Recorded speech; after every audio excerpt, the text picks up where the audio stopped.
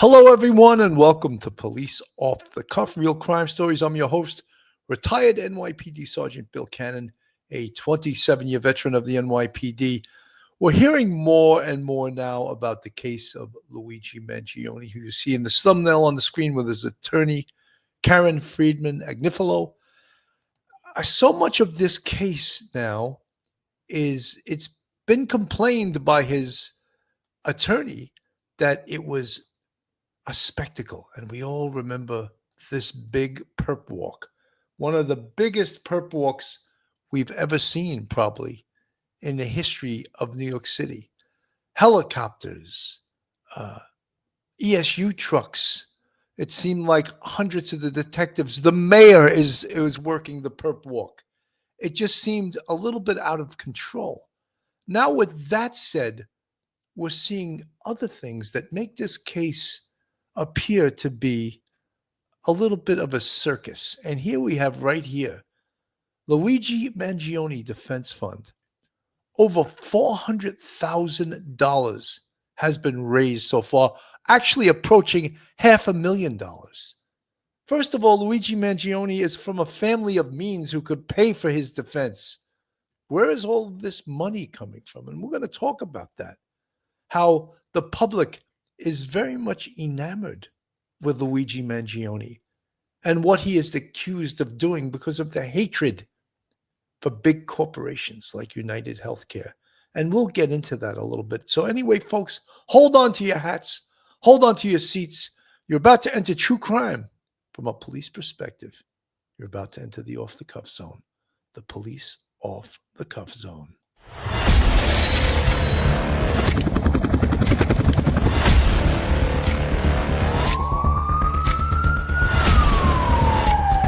There has to be some common sense. They were the ones who called 911 to get him help, and now they're calling for change.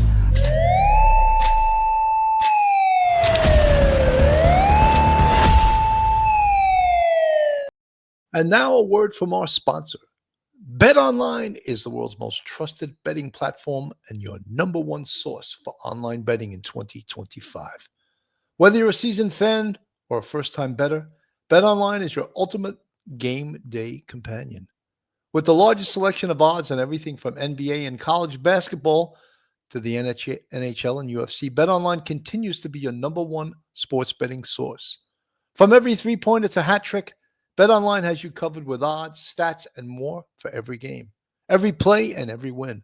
BetOnline, the game starts here.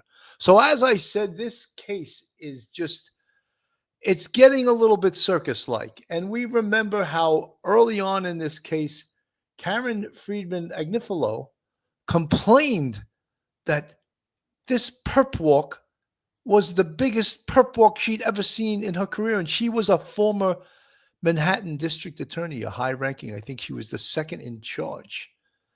And she complained about the circus nature. But now it seems that the defense is somehow taking part in the circus nature of this impending case.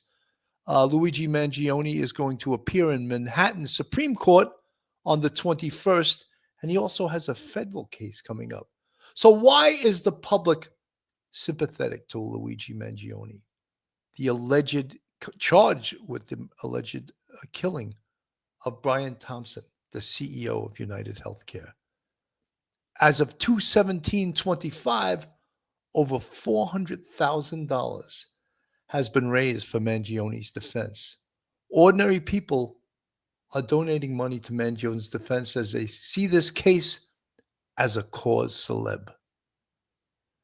Mangione faces murder and terrorism charges in New York state and federal charges of stalking and murder through the use of a firearm, which carries the possibility of the death penalty or life in prison. Mangione has pleaded not guilty to the state murder charges in New York, and he is due back in court, as I said, on the 21st of February.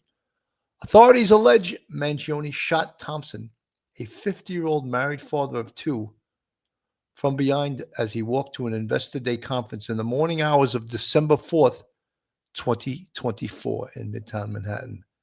After a 5-day manhunt, law enforcement tracked Mangione to a McDonald's in Altoona, Pennsylvania, where he was allegedly carrying a 3D printed ghost gun, a silencer, and a fake ID. Authorities said Mangione also had a notebook with him that included critical writings about insurance companies. So the political nature of this case is very much apparent as who out there likes healthcare companies. Everyone hates healthcare companies, right?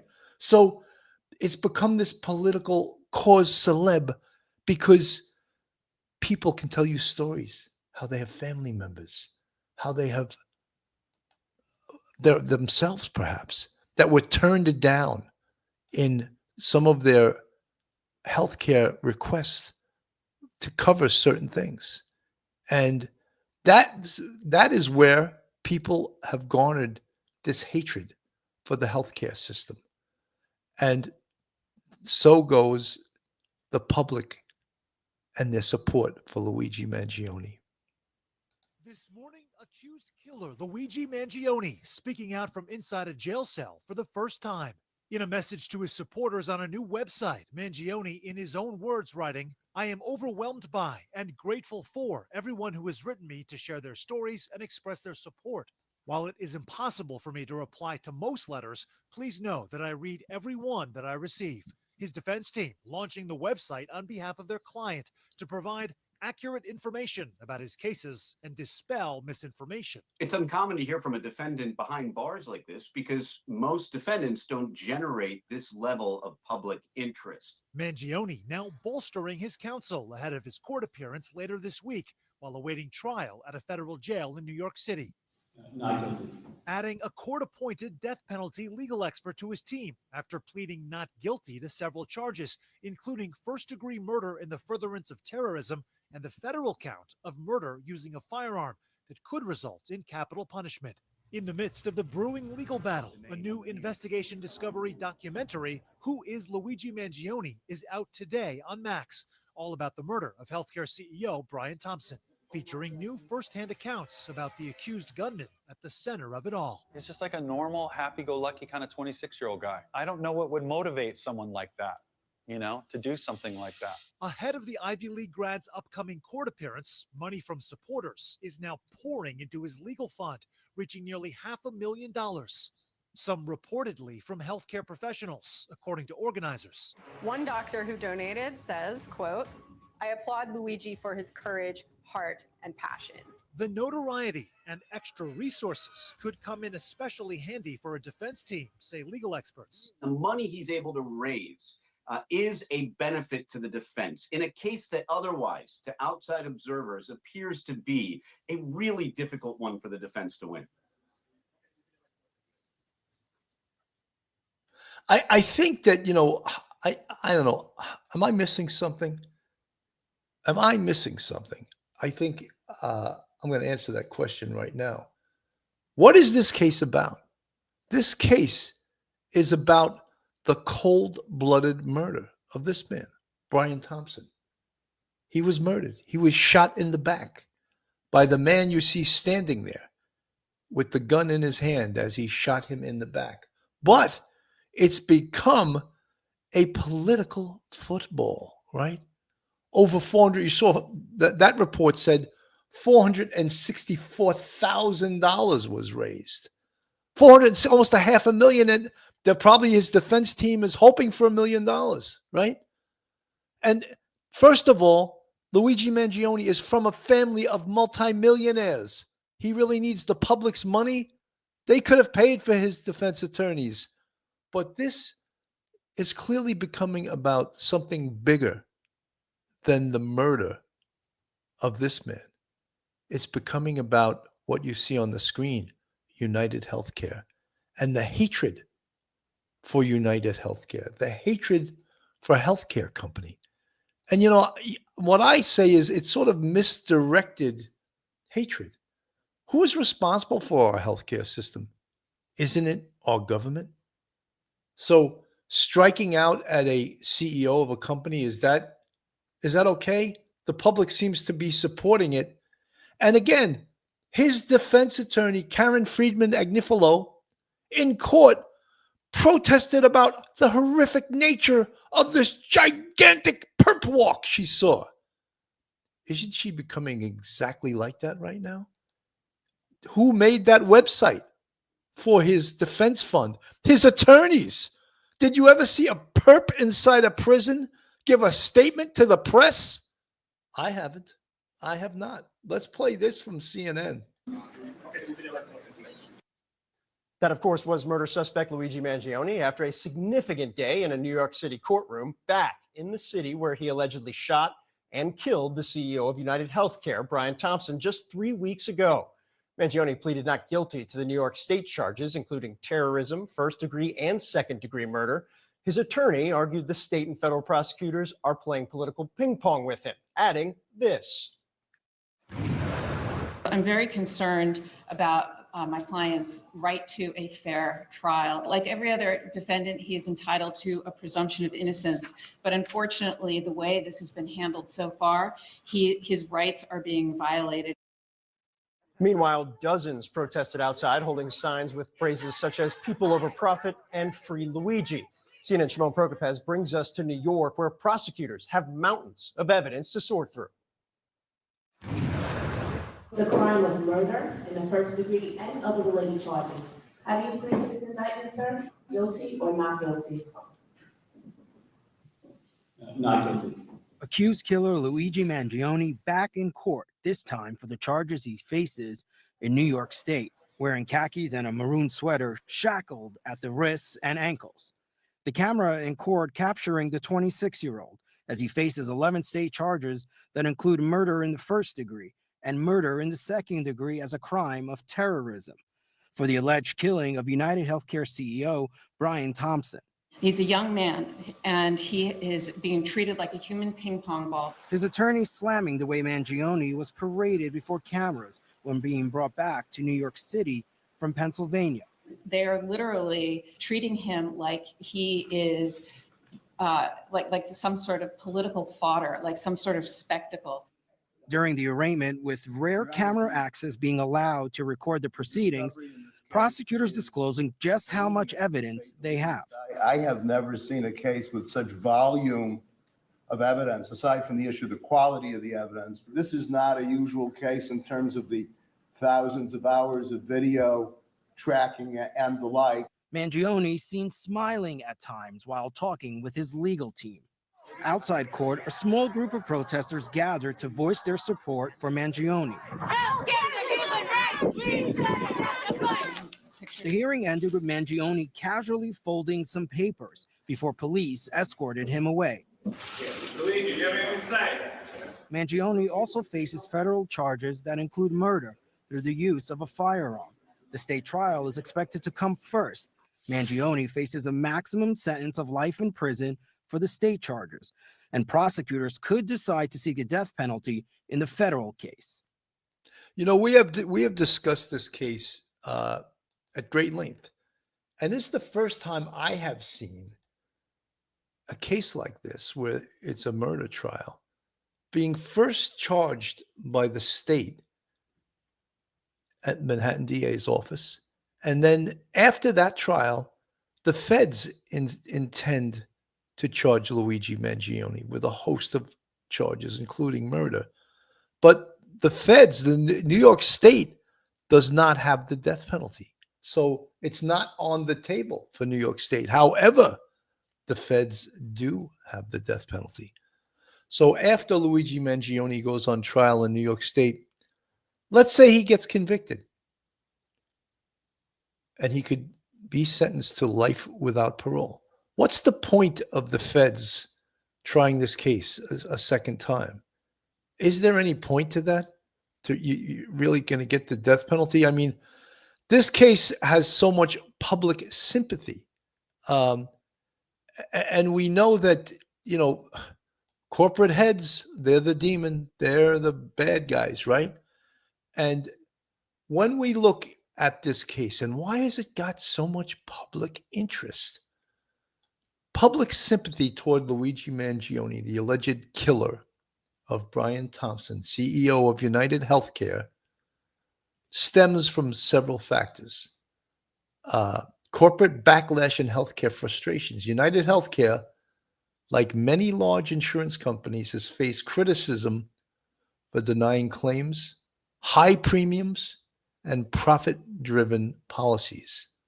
If Mangione had a personal grievance tied to healthcare struggles, for example, denial of coverage for himself or a loved one, some people may see his actions as an act of desperation against a system perceived as unjust. However, we know that Luigi Mangione, he's from a wealthy he was a child of privilege. He graduated from an Ivy League school, the University of Pennsylvania. He had a master's degree. His family owns 12 nursing homes. So is he actually hitting back at the hand that fed him? Is he biting the hand that fed him by allegedly killing and shooting this man, Brian Thompson, the CEO of United Healthcare? Was it his job as a person to get revenge on the healthcare industry? What was his purpose here? And when they talk about, you heard from the Manhattan District Attorney's Office, that was ADA Joel Seidemann, saying that he's never seen a case with such voluminous evidence, and the quality of evidence is unbelievable, right? So do we really argue, is it this, that he was paraded around in this perp walk? No doubt. I think the perp walk was disgusting. I've never seen in my 27-year NYPD career a perp walk with the entire, almost like the entire New York City Police Department and the mayor and everyone else was in the perp walk. What was that all about? How did they arrange that? Obviously, it had to be choreographed. The timing had to be right. He was brought back from Pennsylvania by an NYPD jet, flown to Queens, and then flown from Queens in a helicopter to the heliport in Manhattan. I mean, just why did he deserve that type, of accommodations as far as his travel? Unbelievable, right? And the statement that he makes from jail. Oh, does every perpetrator incarcerated in a jail in New York City have a whole press crew? And is he making statements? Does he have a website put up by his defense team who's complaining about the way he was paraded around? Isn't this parading him around too? Now, collecting this money from the public? Isn't it sort of like trying the case in the court of public opinion rather than in the court of law? I think you'd hear if it was the other way around, I think you'd hear the defense attorney complaining about that. We don't want to try this case in the court of public opinion, but that's what you're doing now. Luigi Mangione making a statement from his jail cell. I've never seen that happen before, And there's been so much publicity, of course, in this case. And he has two of the top defense attorneys. It's Karen Friedman Agnifilo, and her husband actually is the second attorney in this case. And it's getting so much publicity. So, the other thing is healthcare insurance costs are far outpacing inflation, leaving more consumers on the hook each year for thousands of dollars in out-of-pocket expenses. At the same time, some insurers are rejecting nearly 1 in 5 claims. That's a double whammy, is leaving Americans paying more for coverage, yet sometimes feeling like they're getting less in return. Frustration over denials and medical costs has fueled an outpouring of vitriol against health insurance companies in the wake of the murder of United Healthcare CEO Brian Thompson. Also, last week, a similar outcry led Anthem Blue Cross Blue Shield to reverse a decision to limit anesthesia coverage during surgeries. So there is a lot to hate these healthcare companies about. Cutting your healthcare coverage or not covering certain claims, cutting anesthesia? Are you absolutely kidding me?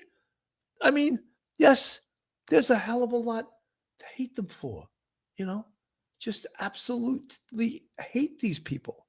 But murder isn't still a murder.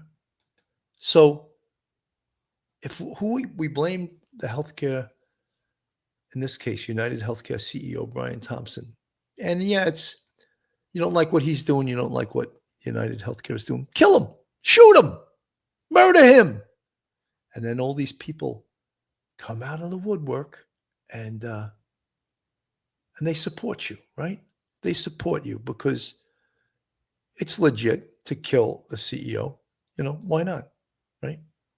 But as I said earlier on, isn't it our government more responsible for what's going on in healthcare than CEOs of corporations?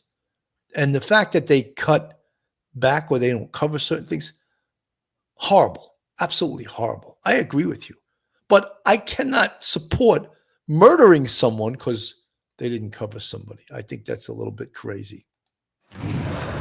And Phil, he'll be back in court on February 21st on the state charges.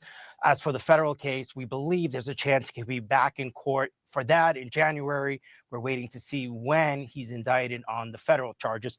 Of course, his lawyer today signaling quite a fight as she says that her client is being treated unfairly and certainly unhappy with how law enforcement has behaved in this case. Shimon Prokop is live for us in New York. Thanks so much. Let's get right to our panel of experts. CNN Chief Law Enforcement and Intelligence Analyst John Miller, Criminal Defense Trial Attorney Stacey Schneider, and former prosecutor in the Manhattan DA's office, Jeremy Salan. And Jeremy, I want to start with you because Shimon just mentioned this. We had it in the piece as well. Mangione's lawyer arguing he might not get a fair trial and said the state and federal jurisdictions are treating him like a human ping pong ball. Is there merit to what she's laying out here? She has to make that argument, whether that's going to win the day and actually, from a legal standpoint, be the foundation for this to say this is not going to be fair. I don't think it reaches that point, but to her statement about being a ping pong ball and having this choreographed, absolutely unequivocally, this is a play, or we call it bigfooting by the federal government. This is a play for them to see something that really they shouldn't be in. It's a state case, but it's become something far, far more in terms of a spectacle to the public. Yeah, there's no question about that. Stacey, you've made the point that the first-degree murder and terrorism charges, they could be overreach on some level. Do you think throwing the book at the suspect here may actually backfire on the district attorney, could actually amp up public support for Mangione that we've already seen on some level? Yeah, we've seen unusual public support for someone who is charged with murder. But the thing is, the district attorney's office has to present a case, and they've done so in front of a grand jury based on the evidence they have. Why I think this is amped up and also, sort of political, as was just discussed, is because they went into a grand jury. They certainly have enough evidence from what they've signaled to the public about having matching DNA or forensic evidence on the water bottle allegedly found at the scene, on the Kind Bar wrapper found at the scene.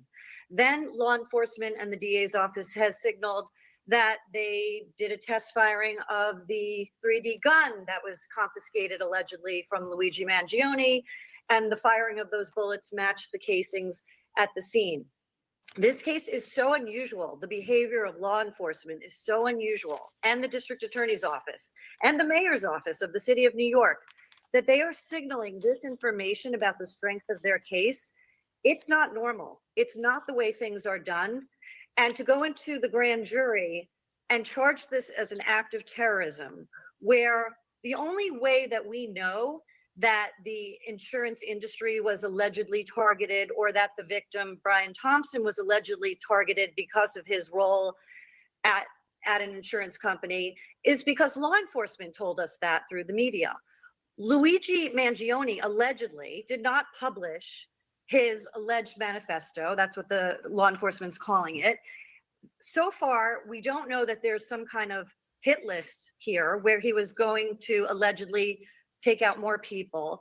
This might have been a single act by someone who is mentally unstable, allegedly. Again, he's charged and innocent until a jury proves it.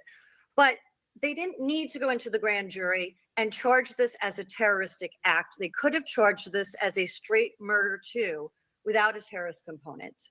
You know, John, to that point, the information that we have from law enforcement, obviously, the kind of public optics of the perp walk, the photo we had from last week, the new video of Mangione being slowly walked into and out of court today, flanked by several officers. What's the strategy? What's your sense of the strategy behind these very public displays and efforts? Well, first, Phil, this is a case of extraordinarily high public interest. We can't kind of avoid that. That is the elephant in the room, which is the press has been looking for these pictures. They want these pictures. They staked out the Pennsylvania locations. They staked out the airport where the plane landed. They staked out the heliport where the helicopter landed. The policy of the police department is that they neither encourage nor discourage the photographing of defendants in public areas. So some of that is the natural course of this. And I mean, let's not pretend. We remember the perp walk of the son of Sam, of Frank James, the guy who shot the 10 people on the subway a couple of years ago, of the Zazi case and the terrorism thing. We've seen these big perp walks before. What we generally don't see is the mayor being present. And I think that was a signal from a politician who is fighting every day to remind people that New York is the safest big city in the country against the backdrop of the regular crime New York experiences and something like this, a high-profile assassination in its streets. So his presence there was basically the symbol of saying, if you do a major crime here, you're going to get caught. And so, you know, amazing. I just thought we would play that because this is unusual. It's a high-profile case. The media interest in this is crazy. The perp walk was something out of the ordinary. The fact that the mayor was there, I think that's a little bit ridiculous that the mayor showed up at a perp walk. But there are reasons for it, you know. And what did we come back to now? This spectacle is being played not just by the Manhattan DA's office and the NYPD, but this person here, Karen Friedman Agnifilo. She's well versed in the law, and she was a Manhattan assistant district attorney. And look, it seems like if it's good for the goose, it's good for the gander. Now they put up a website to raise money for Luigi Mangione. And as we said earlier on, they've already raised over $460,000, approaching $500,000.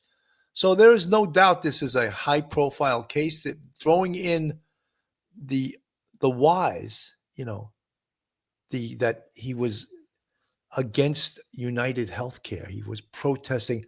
The fact that he had a manifesto that lists the reasons, all of that stuff could have been kept quiet. It didn't have to be released to the press. But in New York City, where there is so much information given to the press, in my opinion, that shouldn't be, why not in this case? And they certainly did give it out to the press in this case, and the press knows everything.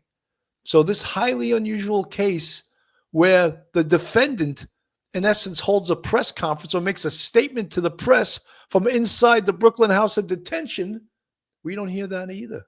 You know, this is unusual from many, many aspects. So again, the whole gist of today's case is Luigi Mangione Defense Fund, over $400,000 raised. And one quick thing, could it be difficult to get a jury on this case and have jury nullification because they find out that the actions of the Manhattan DA's office and of the NYPD was prejudicial to this defendant, Luigi Mangione? Keep following it. I'm Bill Cannon from Police Off the Cuff. We'll see you the next time. Have a great day, everyone, and God bless. One episode just ain't enough.